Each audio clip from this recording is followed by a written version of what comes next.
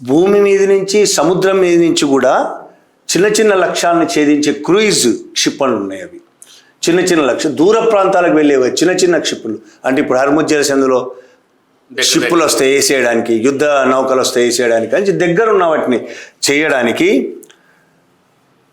అట్లా స్వల్ప శ్రేణి లక్ష్యాలను ఛేదించడానికి క్షిపణి శ్రేణి ఏదైతే ఉందో, అంటే చిన్న తరహా వాటి లక్ష్యాలను ఛేదించడానికి ఉన్న క్రూయిజ్ క్షిపణులు ఏవైతే ఉన్నాయో అవి ఇంతకు ముందు ఉన్న స్థాయి కంటే ఎక్కువ స్థాయి రెడీ చేసి పెట్టారు.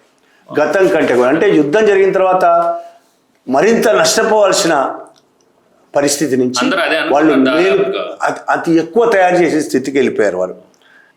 ఈ భూగర్భ క్షిపణి అని ఇంతకు ముందు కూడా బంకర్లలో పెట్టారు. క్షిపణి నిల్వ సదుపాయాలు 70 నుంచి 80% తిరిగి పునరుద్ధరించారు. భూగర్భంలో ఎక్కడైతే క్షిపణులు ఉన్నాయో క్షిపణులు ప్రయోగించడానికి కావాల్సిన సదుపాయాలు ఉన్నాయి కదా, అవి నాశనమైనవి. ఆ నాశనమైన వాటిలో 80% తిరిగి రెడీ చేశారు. 80%. అంటే ఇప్పుడు రెడీగా దాదాపు 100%, ఇంకో 20% రెడీ చేసి ఉంటారు ఈ 4-5 రోజుల్లో. అంటే దాదాపు యుద్ధానికి వాళ్ళు ఇప్పటికీ సిద్ధంగా, చాలా నష్టపోయిందని మనం అనుకుంటున్న ఇరాన్ ఇప్పటికీ సిద్ధంగా ఉంది. ఇది ఎవరో చెప్తున్న మాటలు కాదు, CIA అమెరికన్ ఇంటెలిజెన్స్ వ్యవస్థ స్పష్టంగా ప్రకటించింది. సెంట్రల్ ఇంటెలిజెన్స్ ఏజెన్సీ ప్రపంచంలోనే నెంబర్ 1 అని చెప్తారు. మొసాద్, ఇది రెండింటిని చాలా పవర్ఫుల్ ఏజెన్సీలు అని చెప్తారు. ఆ ఏజెన్సీ ఇచ్చిన రిపోర్ట్ ఇది.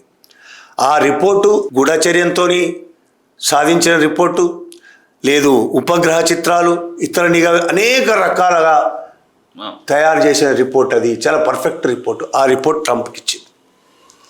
ట్రంప్ నిన్నటిదాకా తను మాట్లాడిన మాటలు ఏంటి, పూర్తిగా విరుద్ధమైన ఈ రిపోర్ట్ ఏంటి, నిన్నటిదాకా వాళ్ళు ప్రకటించింది ఏంటి, ఇవాళ CIA ఇచ్చిన రిపోర్ట్. ఈ రిపోర్ట్ చూసి ట్రంప్ కూడా షాక్ అయ్యాడంటే అబద్ధమేం కాదు.